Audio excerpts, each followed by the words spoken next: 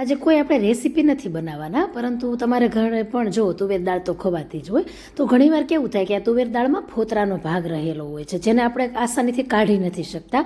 તો આજે સરળ રીતે તમે એમાંથી ફોતરા કાઢી શકો ને એવી રીત બતાવું છું. આમ તો તૈયાર લઈ લઈએ તો કાંઈ માથાકૂટ જ નથી, પરંતુ ઘણાઓને તો ઘરમાં તુવેર દાળ જ્યારે ખેતરોમાં પાકતી હોય ત્યારે ઘરની જ તુવેર દાળ હોય તો એમાં આવા અમુક ફોતરા રહી જતા હોય. તો એને તમે હવે આસાનીથી કાઢી શકો અને સરળતાથી કાઢી શકો છો એવી હું તમારી સાથે આજે એક ટિપ્સ શેર કરું છું. તો જુઓ, આપણે કુકર લેવાનું છે, જેમાં આપણે તુવેર દાળ બાફતા હોઈએ. તો ગ્લાસ પ્રમાણે મેં પાણી લીધું છે, 2 ગ્લાસ જેટલું પાણી લીધું છે. હવે આ પાણીને આપણે ગરમ કરવા માટે મૂકી દઈએ. સરસ રીતે ગરમ કરી લેવાનું છે અને આ પાણી જેવું ગરમ થઈ જાય એટલે તરત જ આપણે જે તુવેર દાળ માપીને કાઢી હોય એમાં આપણે ઉમેરી દેવાનું છે.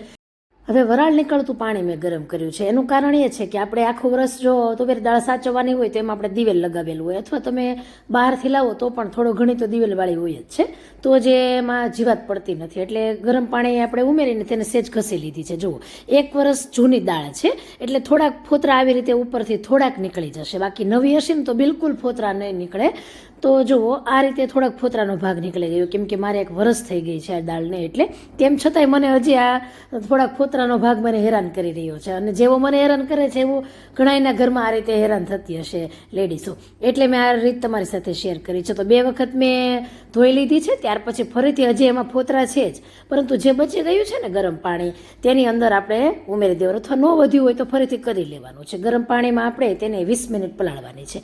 જો નવી દાળ હોય ને તો અડધી કલાક પલાળવાની, પરંતુ મારે જૂની થઈ ગયેલી છે એટલે મેં 20 જ મિનિટ પલાળી છે. અને ફક્ત તમે 10 જ મિનિટ આપશો ને તો પણ આ પ્રોસેસ તમે આસાનીથી કરી શકશો. તો જુઓ, હવે એક બીજું વાસણ લઈ લીધું છે અને તેમાં બધી જ દાળ પહેલાં તો આપણે લઈ લેવાની છે. એટલે જુઓ, આ રીતે બધું જ સરસ રીતે આપણે દાળ જ્યારે લેવાય છે ને પછી ફરીથી એક વખત તેને હળવા હાથે ઘસી લેવાની છે. તો આ રીતે ઘસવાથી બધા જ ફોતરા છે ને અલગ થઈ જશે, કેમ કે પલ્યા છે, ગરમ પાણી છે એટલે પોચી પડશે દાળ અને તેનીથી ફોતરું પણ અલગ થઈ જશે. અને જુઓ, વાસણને આપણે સીધું ઊંધું નથી વાળવાનું, થોડું થોડું ત્રાસું આમ હલાવતા જશું. અને આ પ્રોસેસને શું કહેવાય? ઓવરાળવું કહેવાય. ઘણા એના ઘરમાં જો વડીલો એને પૂછજો કે આ રીતે તમે જ્યારે ફોતરા થોડુંક વાસણ ત્રાસું બાંગું કરો એટલે કાઢો, એને ઓવરાળવાની પ્રોસેસ કહેવાય છે. આ રીતે કરો એટલે તમે દાળ જુઓ વાસણમાં કેટલી ચોખ્ખી થઈ ગઈ છે. કહેવાય કે 5% ફોતરા તેમાં રહી ગયા છે. પરંતુ હવે આ પાણી છે ને આપણે ફેંકી નહીં દેવાનું. પહેલાં તો ધોઈને ફેંકી દીધું હતું, પરંતુ જો આ પાણી આપણે ફેંકી દઈએ તો દાળનો કસ હોય બધો એ નીકળી જાય છે. તો ફરીથી એ જ પાણીનો આપણે ઉપયોગ કરી લેશું અને ફોતરા કાઢી લેશું. આવી રીતે 2-3 વાર પ્રોસેસ કરશો એટલે બધા જ ફોતરા તમારા દૂર થઈ જશે. અને હવે તમે પણ જો ઘરે આ રીતે દાળ બનાવતા હોય ને તો આ તમને માથાકૂટ થતી જશે. તો ચોક્કસથી હવે આ રીતે દાળને તમે કરજો એટલે આસાનીથી ચોખ્ખી થઈ જશે. અને જો તમને આ દાળના ફોતરા કાઢવાની પ્રોસેસ ગમી હોય તો તમારા ફ્રેન્ડ્સ અને ફેમિલીમાં શેર કરો, જેથી તેને પણ ઉપયોગી થાય. અને ફરી મળીશું એક નવા વિડીયો સાથે. આવજો. જય શ્રી કૃષ્ણ.